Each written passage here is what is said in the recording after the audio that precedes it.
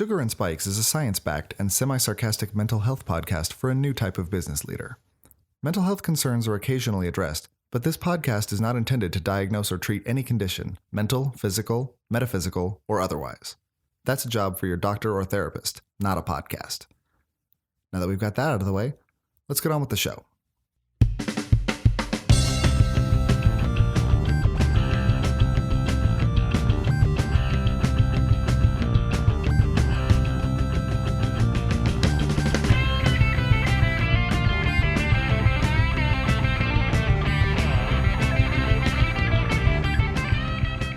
Well, I guess it's a round to Penny responded when I started saying something. Oh, pups. I guess it's a lot of them. It's round 2 or volume 2 of Sugar and Spike's quarantine edition. Oh, right. Yeah, I had completely forgot we had done another one. Coming at you live, not live, via Zoom. Unedited on a Friday night.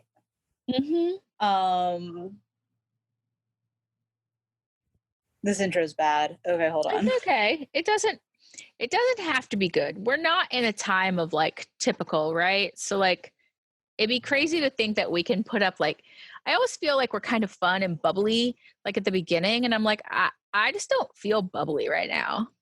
No, I mean, yeah, in fact, I was talking with someone earlier and was like, yeah, if I have the energy, I'm going to do content this weekend. And they were just like, well, you still probably should, which I appreciate. Like, I appreciate the nudge. Yeah. You know? And like today I was talking to them and I was like, I just very much feel emotionally hungover. Yep. You know? I get that. But I figured we would give this recording piece a try. If it goes to hell, we can try again tomorrow. Like, sure. I have a 4-day weekend, so if we have to try once a day, for you. Huh? I said, how nice for you. You have a 3-day weekend. Come on. I worked today till 3. Oh, that's so rough. What time did you start working? 10. Yeah, half day. Yeah, after my 40 hours already. Yeah. So yes, half day. It's fine. I know what I'm doing. It's fine. I mean, I think the thing is like, so we could get into the whole like myth of the 40-hour work week. Like that's why people are salaried. Like from the capitalistic perspective, like you're salaried for time worked or not worked. So the weeks that are slow or the weeks that, you know, things change a bit, you're not docked pay. Right. And so sometimes you do more. Like that's what a salary is. I always do more. It's just that's your own damn fault. Yeah, it's an ongoing conversation with me and my supervisor. It's my growth edge, okay? Yeah. But all of this is to say, I figured we'd try. If it all goes to hell, we have 3 more days to try. True. 2 more. 2 more. I mean, we can do this on a Monday night afternoon. I thought that I said it. I'm like, we could do it Monday morning. We could do it Monday night. It's really not like anything is changing. I know the work from home game. I've done it the last few years. You can do things after work.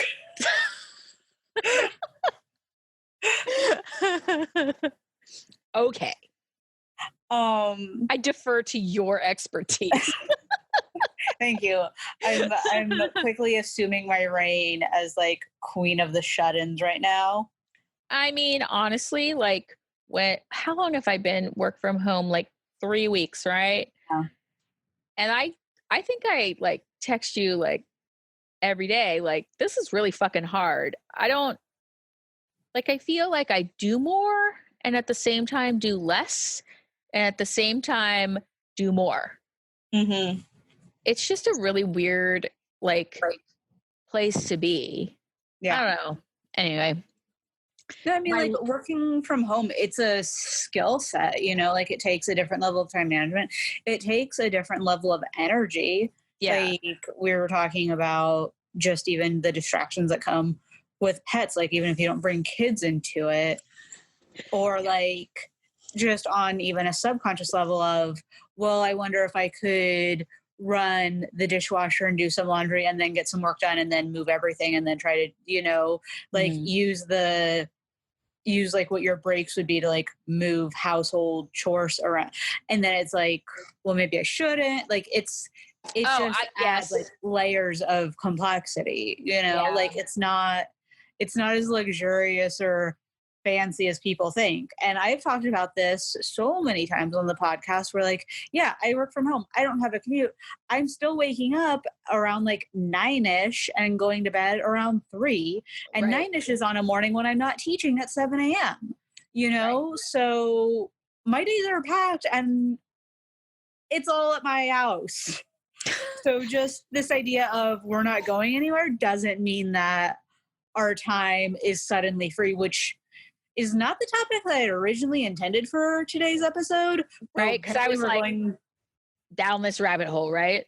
I was like, apparently we're going down this rabbit hole because I have so much to say about it. Okay, because I do too. Because one thing that I will say is that my partner is a stay-at-home parent and gets 0 credit from the outside world for any of that. And like, they're like, oh, mom who does all the extra stuff, blah, blah, blah. And I'm like, no, like, I take issue with that because being home is incredibly difficult. Because like we've talked about, like work-life balance, integration, whatever you want to call it. But like when those two things are so intertwined like they are when you work from home, like I think everything gets really muddy. And there's this false perception that like, oh, I'm at home. Like it's easy. It's great. Like I can roll out of bed at 8:55 and start work at 9. And I'm like, no, that's not working for me. I need to like get up, get ready, like act like I'm going to an office. I mean, you can shave time in terms of commute, and unless there's like external Zoom meetings, you don't have to do makeup and stuff. But besides that, it's still a day, So I do makeup every day because it gets me in like, not like a ton, like 45-minute routine, but like I do the basics because it kind of like, I think I'm like conditioned in all these ways to think, okay, you're doing this, you're going to work, you're doing this, you're going to work, you're doing this, you're going to work. And so I'm still having to do those things because my brain says if you don't do them, it will not be good for you. Yeah, I did that for about a year. And then I realized even at like a 15-minute routine, how much time I was losing. Yeah. And then I stopped. I'm not there yet though. I'm in the beginning of the cycle. Like it's still new and fresh. Yeah. Like, I mean, I'm all about the putting on real pants and getting like actually dressed. I will always be team jeans on that end. But especially when like I work with such a small team and stuff. And if it is a day of just like truly internal meetings, I'm not going to spend 20 minutes doing my makeup. I get that. I mean, I would rather like outward facing, I think, in some ways. Yeah. On the days that I see patients. Yeah. Are you doing Zoom meetings with your patients? So some I do video and some I don't. It just depends on what they want. And so I think when we initially started, it was definitely all on phone, but then like we've kind of added in pieces where it's working a little better for some patients to have more of a face-to-face. And others, it doesn't matter at all. So yeah. All of this is to say like, we all have things going on. And I think, especially for people who like have kids that are home now and everything, like we're still busy. Life is still exceptionally busy. And I know there's been a lot of kind of clapbacks around if you've always said you wanted to do X, Y, and Z and now you're not, it just shows that you didn't lack time. You lacked like not motivation and like self-determination and stuff. Like, And that's such bullshit. I just like, sorry, before you could say it was bullshit, I'm sorry. I have such a reaction to that. Like, fuck you guys. Yeah. I mean, I went off on like some positivity blogger on Instagram the first time I saw it. And I was like, I'm really tired of this productivity porn. Like, people have things going on and blah, blah. And this person was like, well, it's not productivity porn. And, you know, some people just choose to live in a defeated mindset. And like, fuck you. like, I was ready to throw down, you know, like, because so not only do we have these like still external demands, because so if we're looking at like the choose your own adventure game of the pandemic, you're either working from home and dealing with navigating that new experience. You may have children at home, so you're navigating that experience. Let's not even talk about single moms working from home or single parents.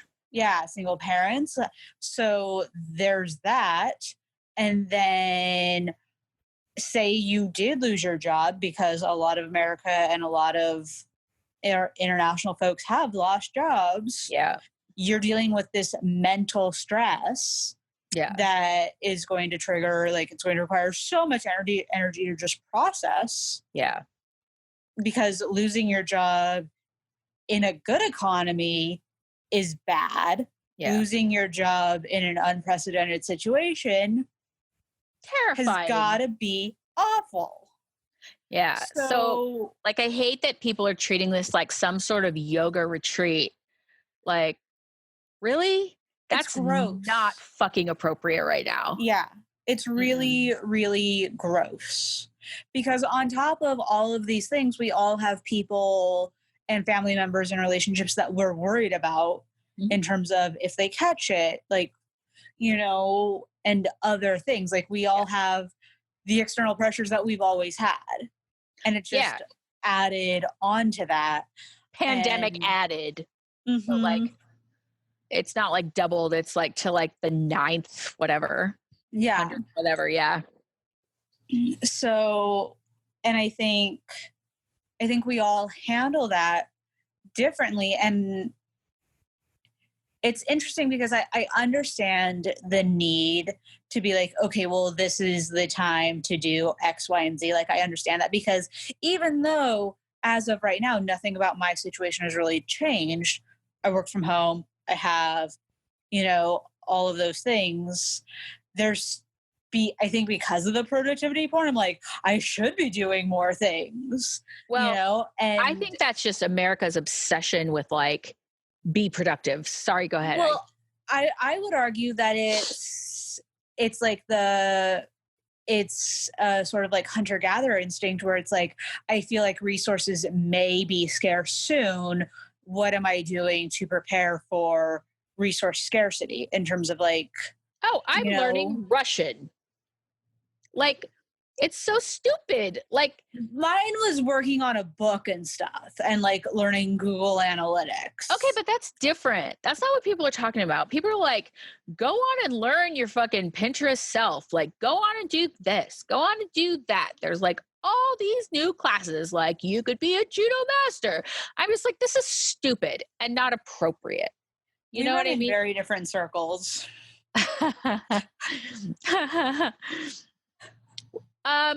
So I don't know that we do. I think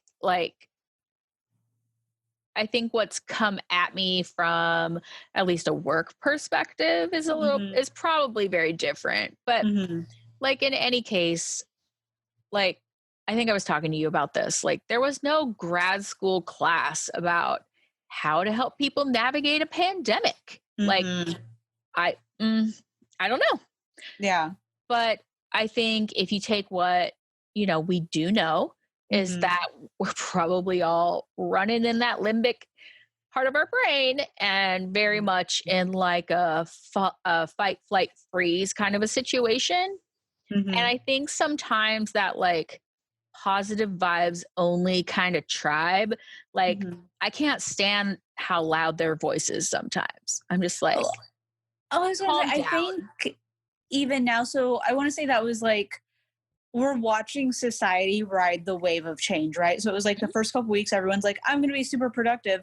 My timeline has been excessively like deleted of stuff like that. Like everyone's just like sick of it. Everyone's ready to go back. You know, like I think the general sentiment is, Jesus Christ, what are we doing? You know, um, which I think is good. I think we're starting to get to some maybe like, I don't want to say real emotions, but I think people are realizing, you know, to your point, this isn't a 2-week vacation. Right. This is something else. Yeah. And it also goes back to this pressure of, so what are we going to do about it? Because I do understand the reactionary need to say, well, if this is my life now, it'd be like, we react for things like structure, right? Like a really large instinct can be to try to keep things as normal as possible or to create a new normal. And a lot of that comes with saying, well, this is a new time period. It's almost like a really depressing new year. Like, this is a new time period. I'm going to learn Russian. I'm going to, you know. But to me, like, okay, so like I get that, right? Like coping is a thing. You've got to figure it out. I talk very consistently with patients about keeping a schedule or putting a new schedule in place. Like, what are you going to do? Like, getting up, getting ready. How do you like cue your brain that you're going to do this now versus that? But then also, like, we're navigating stressors that in a long-term way we haven't before, right? Like, there's 10 beings in my house 24/7. 10. And I feel like maybe I didn't think things through quite enough because like we don't have like a tiny box, but 10? We have 4 dogs, we have 6 people. Like that gets to be a fucking lot after 3 weeks. I mean, our houses are roughly the same size, and I have 3 people total and 2 tiny dogs. Yeah, so my dogs aren't tiny. They start at like 50 pounds and just go up from there. 2 of mine don't equal 1 of yours. That's true. But they all love Penny. They follow her around with their like googly eyes. But I think there's just, I think this idea that life has changed, it has. And at the same time, it feels very much the same, but also very different. Like that kind of like holding two things in conflict, like, okay, I'm working from home, but my job duties are essentially the same. I still have the same number of kids. I still have the same number of dogs. Like all of those things are the same. And yet like the stressors that I deal with, the things that my patients are talking about, like stuff like that has all changed in a really profound way. Yeah. Well, and I think our reactions to things, and I wonder if this like need to try hobbies or to do things differently. Like apparently baking bread is trending right now. Okay. I'm gonna need to try that. I baked a cake today. I mean, my partner's made like 5 pies in the last 3 weeks. Whatever. People are doing what they need to do. But I think my thing is like we're learning we can't do what we have done before. And I think like a personal example I have is like I can't interact with social media the way I did before this happened. It gets me too stressed out. It gets me too like riled up because I have like more, I don't want to say stake, but like I have more of a personal reaction to so many posts now. Like I cannot like do the death scroll, you know? And because of that, I've started doing Duolingo again because I need to do something to kill time on my phone because my physical like habit is holding my phone and killing time. Yeah. So that, and I've downloaded like a couple like Apple Arcade games and things. Well, and now like, we're playing Words with Friends. yeah, exactly. Like, yeah. So I'm engaging in these like quarantine behaviors, not because I have so much extra time, but because the way I interact with the world is different. Well, I think you bring up a really good point, right? Like the way we interact with the world, the way we're trying to cope. So, like, you and I have been talking about this on and off for a while. I think anyone who has listened to us knows that we talk about short term versus long term. Mm-hmm. And like sometimes you have to put short term coping into place, right? Mm-hmm. So, whatever that is for you, Mm-hmm. it can be a lot of different things. And at the same time, you have to also plan for more long term changes that kind of like hold you up, right? Because short term stuff is short term for a reason. When it starts to become long term, then we have to be like, we kind of have to talk about this. This is rough. Like, what do you think? Like, this seems like, no, it's a problem. So, like, do what you need. I think a lot of people right now are kind of doing the things that they need to do to get by. So, like, specific example is like distraction. So distraction is a great coping skill for the short term. In the long term, it simply becomes avoidance. Yeah. Which is not good. Not good. So like our short-term stuff is really, really good. So whatever that is, because I know you and I have talked about it and you're like, I don't know if I should really be doing this. I'm like, short-term is great. Like do the short term. But then you also have to think about like, what am I going to do in the long term? What routine am I going to put in place? What skills do I need to know to help with like my mental health, the anxiety, whatever it is, the time in my schedule. Yeah. In order to kind of figure this out in a way that's more permanent, because that's what it's kind of looking like. Like it isn't a fucking 2-week like vacation. This is like parts of this are very permanent changes. Maybe.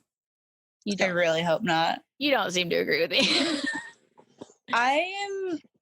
We were talking about this earlier. I'm very much like watching my calendar right now. Like, yeah. So I think I think we all hope, right? Yeah. We all hope that this is going to resolve. We hope, but we don't know, right? And I don't think everybody caught in the fight, flight, freeze is going to be good for anyone. I don't think like laying into somebody because they walked into a grocery store without a mask on is really a proactive way to deal with your anxiety. I just don't.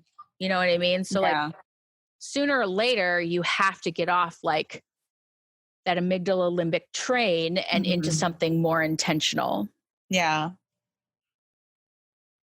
And I think like that's the thing. Like we are all grasping at straws for any sense of control that we can get. Yeah. And kind of I think also like as a society we aren't in tune with emotions and reactions and things like that. Right. Like I think we were talking about this the other day. Like we weren't a mentally healthy society to begin with. Right. And now we've taken away 70% of people's coping skills. Yeah. And added a significant amount of pressure. Let's see how this goes. Yeah. You know, so I think not setting anyone up for failure there. Right. I think that it starts with like grace with yourself. And we talk about that a lot.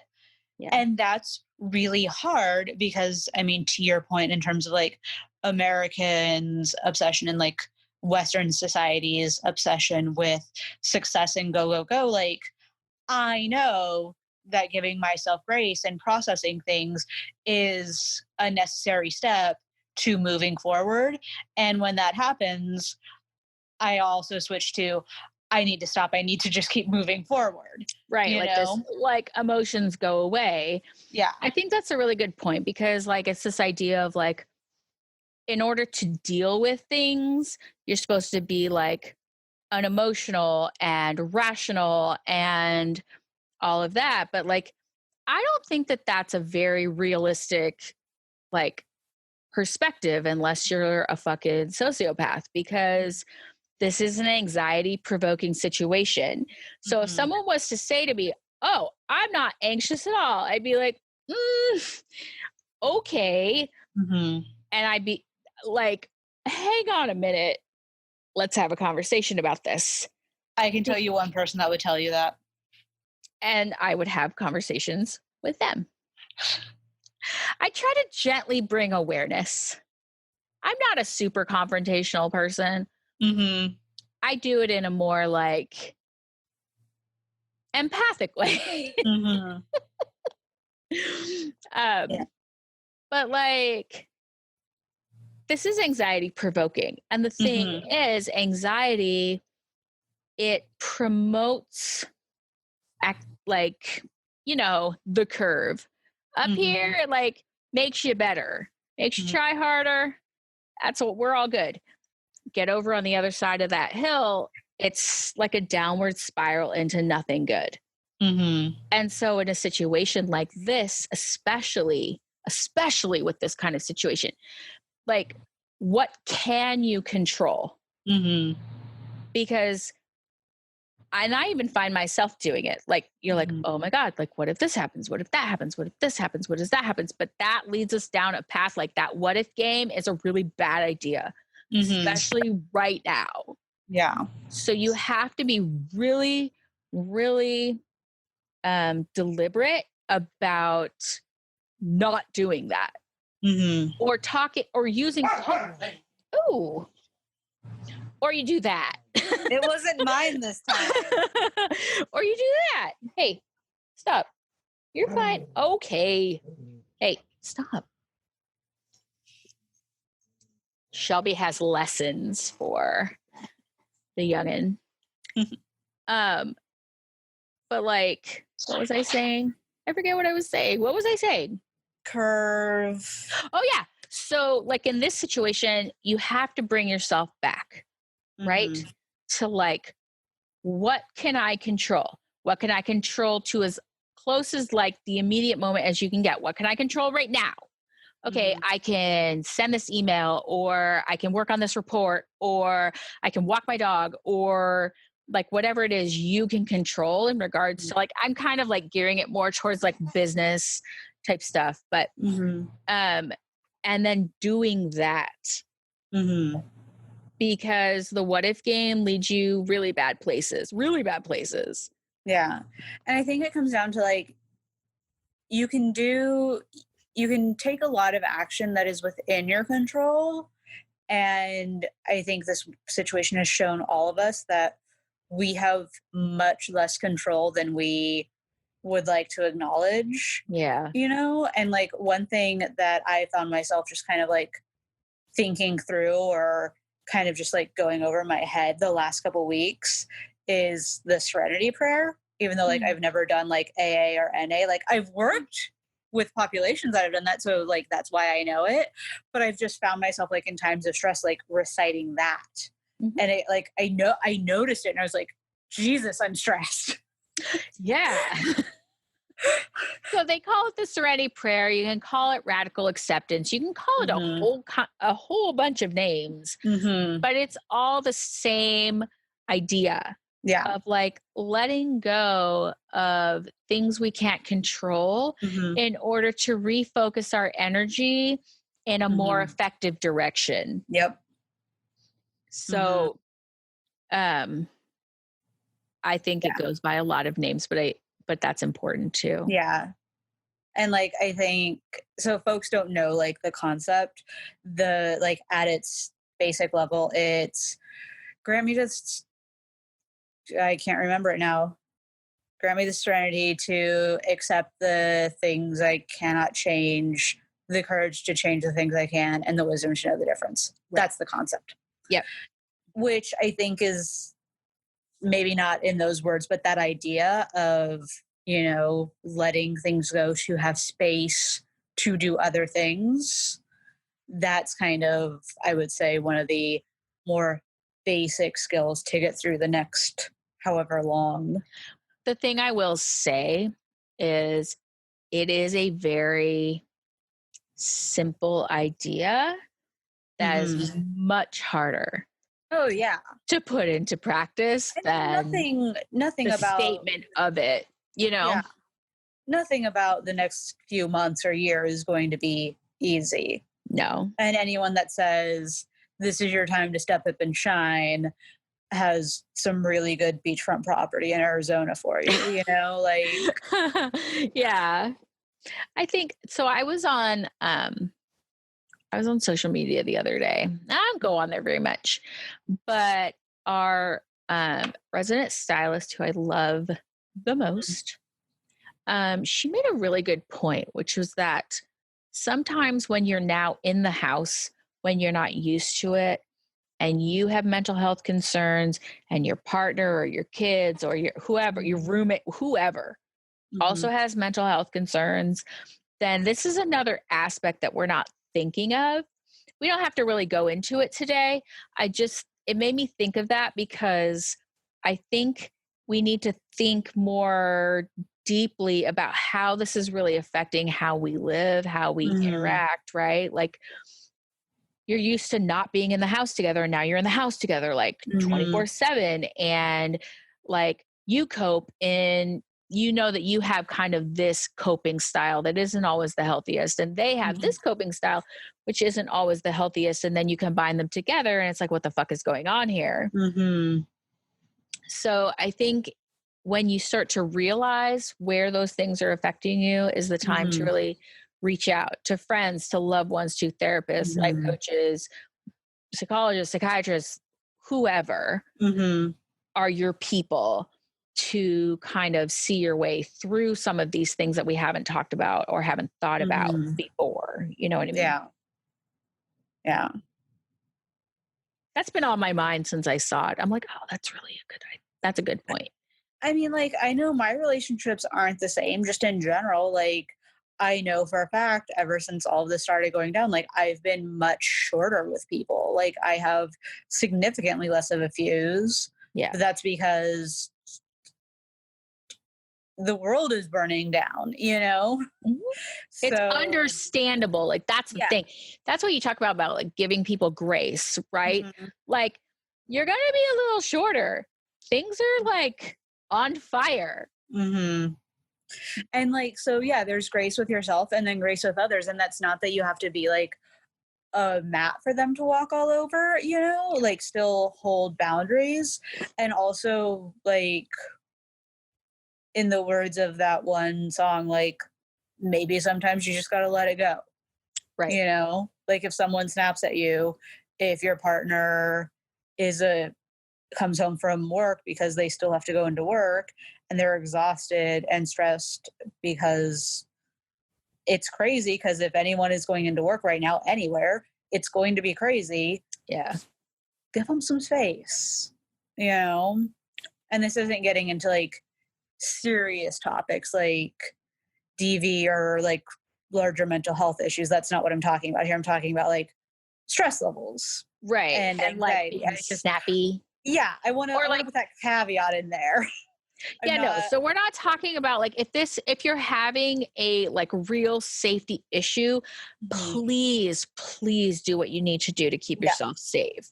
But if your partner walks in and is kind of snappy with you, or has, you know, like maybe you guys are fighting more, like that's like arguing, fighting, and like it's likely not personal. And I don't know about you. I tend to take things like that pretty personally. That's just something I know about myself. So like it can be a difficult thing to say. It's like, it's not personal, and yet it isn't at the same time. Well, and there's that whole meme going around, like the just to feel something. Like, I watched all of Tiger King and ate 5 gallons of ice cream just to feel something, you know? And like, I know people that are interacting with relationships like that. Like someone on Twitter was like, I started a fight with my husband just to feel something. And like, I control, get right? that. Like control. Like I 100% understand that, because there have been a couple times where I've wanted to start a fight with my partner just for the sake of like a longer interaction, you know? Or like, you know Or how to deal with those things, right? yeah, Like to break the I'm gonna, monotony. yeah. Yeah. Like, I'm going to start a fight. I know what's Mhm, going to happen. I know what that's going to feel like. I know mhm, that I can control those things. I know how to mhm, feel those things and navigate those things. And so, like, that's what I'm going to do. So, it mhm, really comes back to like this idea of control and trying to figure out how to move through this in a way where you feel like you know what's going on when really we don't. mhm. Like, that's what makes It it so hard.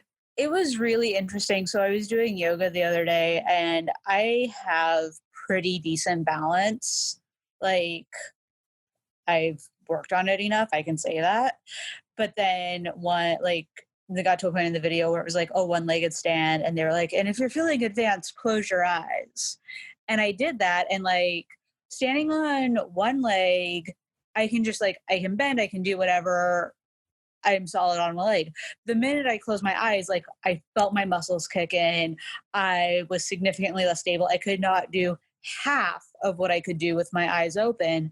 And that was just such an interesting example of, yeah, we're strong and we're balanced when we can see what's coming, when we can see what's in front of us. Yeah. But the second that you don't know your surroundings, you don't know what's coming, you're gonna be wobbly.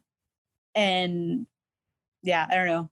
I felt like I got clarity in that moment and yoga did what it was supposed to do. Like, Right? I'm just like, oh, good. That's what it's supposed to do. yeah, but I don't know. If you guys are listening and feel like trying that out, stand on one leg with your eyes open and then close your eyes and see what happens. It's so I funny. told, No, go ahead. I was going to say, I told my partner that story and he was like, that may mean you have like a problem. And I was like, you Oh, try it. no. And so he got up and stood on one foot and then closed his eyes. And I saw his muscles like start to contract and everything. I'm like, see, It's not it's a thing. It's so funny. When you said that, I was like, you know what? I have been dropping my phone or like dropping things in my like I like what the fuck is going on? Like I can hold things, but nope, apparently right now I can't. No, no. And I'm like, well, why might that be? Well, maybe because Tammy, you're a little bit stressed. Mm-hmm. And I think a lot of times we don't realize how stressed we are Mm-hmm. until the stress either shows up in a huge way Mm-hmm. or it's lifted in a huge way. And Yeah. you're like, oh, like I really thought I was fine, but I Mm-hmm. was like dedicating a lot of like resources and energy to this thing that I didn't Mm-hmm. realize was like a thing. Yeah. Because our idea of navigating it is like to be stiff upper lippy and like, Mm-hmm. I'm good. But like, I would actually challenge that a little bit and say, like, feel your feelings, Mm-hmm. like, figure them out, figure out what Mm-hmm. they really are, feel them instead of trying to push them down because the pushing them down is kind of what freezes you, right? Mm-hmm. Keeps you from being like adaptive or Yeah. having adaptability. And so, like, when you do experience them, then you can be like, okay, this is what's happening. Mm-hmm. Because until you can see things as they are, Mm-hmm. like you can't change them. Yeah.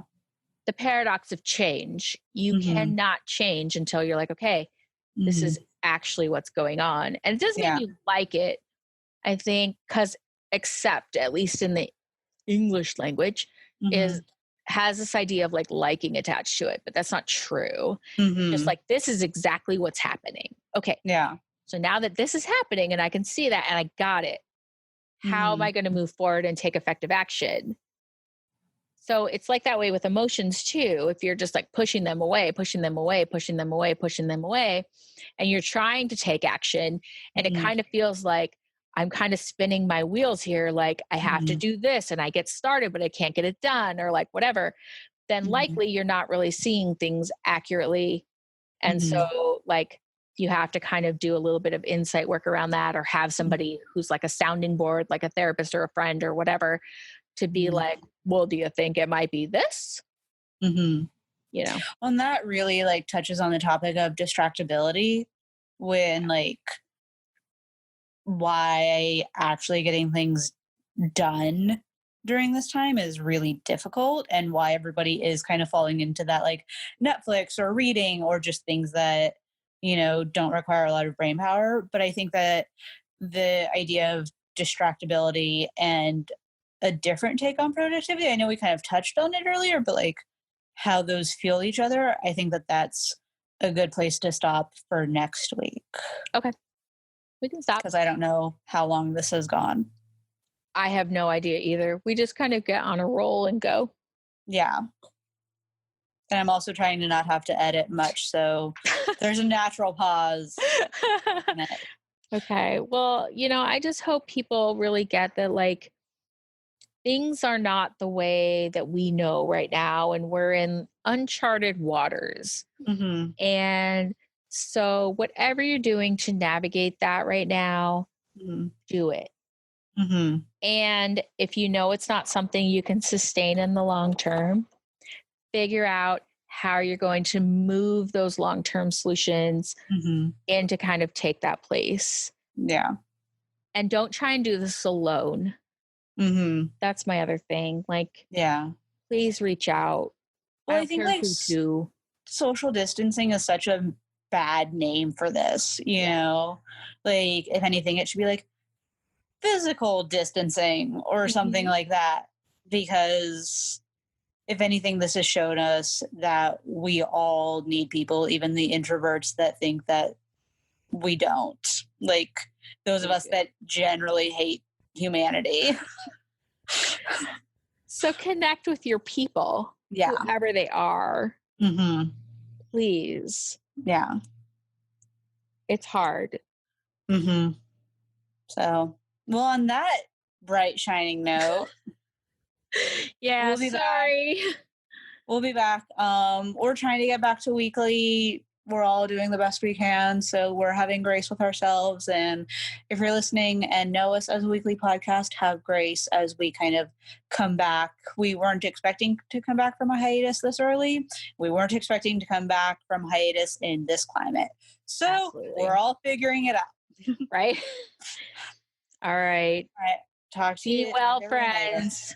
Take care.